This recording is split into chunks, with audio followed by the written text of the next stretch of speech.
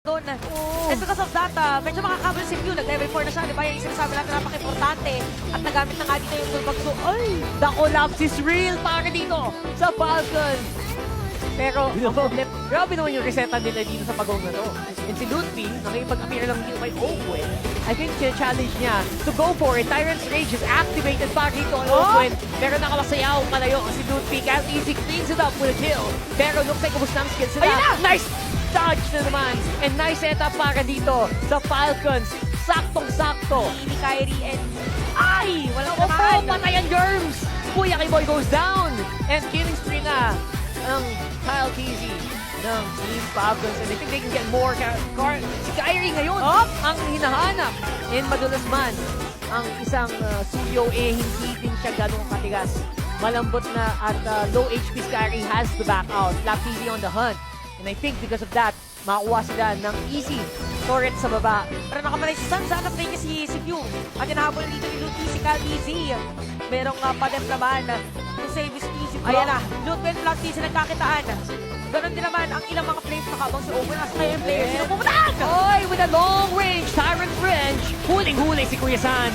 And ito na, nalabalapit sa loob ng fist break. Hindi sila makalayo, hindi sila makalapit. And kita mo naman si Ludwig na makababa ng HP. Wala nang way para makapasok and go for it. And nakita yun nangyari kanina nung 3-1 Super Marco. Napabilis, natapos ng napakabilis ang lago nila. Let's see if that's gonna happen here again. Pero this time, Lambizi nakatakas pa. Nabuhos na't lahat. Sila pa ngayon ang lugi. And that's 2 going down para sa Onyx Esports. Wala pang objective na kailangan gawin. Pero nakadalawang libreng kill. Bait and switch. Oo. So kung ito yung Team Falcons ngayon, teka lang, parang ginagalang ko sa mga galing mga kalaban! Apat na ang gulo pinanggalingan dito ng Team Falcons. Super Mario sumasayaw pero hindi na nakaiwas. And dahil dito, mapapaflicker na si Pew. And I think ubus yata ang mga teammates nila sa likod. Pero Flap Tizzy to the rescue.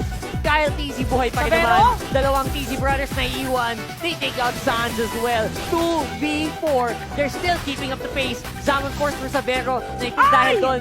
Flap Tizzy mabubuhay pa rin. Okay, yun lang naman yung portion ni Kiboy. Nako po. Makakapasok pa si Kiboy. Off the back. Si Super Marco. Si Pew. No flicker needed. Kyle Tizzy with a Lord. Pero makapalay ba rin si Kyle Tizzy, habulin yata dito ng Onyx Esports. Yung mga players ng Team Falcons. Siya and all, pero wait lang, atin na natin bibigyan ng atagan si Ludwig. Lahat na bato kay Ludwig. At nabato si Kiboy. Try to go into the backline. Pero napigilan din siya ng malala. Even with the immortality, dalawa ang babangga. Ay, na naman si Owen. Okay. 3-2 down para sa Onyx Esports. Yata or tatalot si Owen anytime din na si Snatch lang. Napatira si Ludwig.